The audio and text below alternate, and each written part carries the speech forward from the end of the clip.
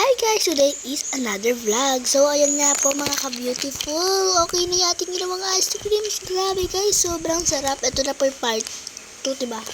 Kasi part 1 yung natin. Kung gusto nyong gayahin guys, sa unang vlog ko lang ay pangalawa. Sa first check na padukdok. So, ayan, sobrang sarap. Ayan. Kakabait yan guys. O, diba? Kinamay ba? So, ayan guys, super sarap naman. Tingnan nyo lang, ginagawa namin. Pinapak ko na yung kagabi yung ate.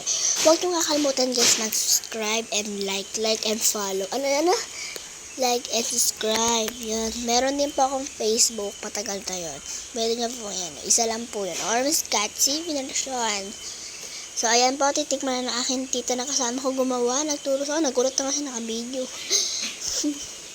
Kaya muna guys, pero wag nyo kakalimutan mag-subscribe please lang po, tuwan-tuwa nga po sa akin yung mama ko, yun na namin nag-vlog na ako. Kaya, buti naman, tinuloy mo na ulit. Yes mama, sabi niya, sige, susuportahan kita dyan anak. Saka ko na ipapakita sa inyo yung mga baboy namin alaga, sobrang dami mga kasi may nanganga na. Heifer, dago. So ayan, sumubo ulit ako, since sobrang sarap naman, gusto ko pinsan ko. Parang diba ginawa, gagawin niya daw. Tapos makikirip daw siya. Diba ang galing? Kuhay, kaganinong So, yan guys. Thank you for watching sa mga nanonood. Sana susubscribe. May 6 na tayong nag-subscribe o 7. Ganun. So, ilalagay ko na ulit siya sa ref. Mga te. Kaya may bumagsak niyan. Nagulat talaga ako.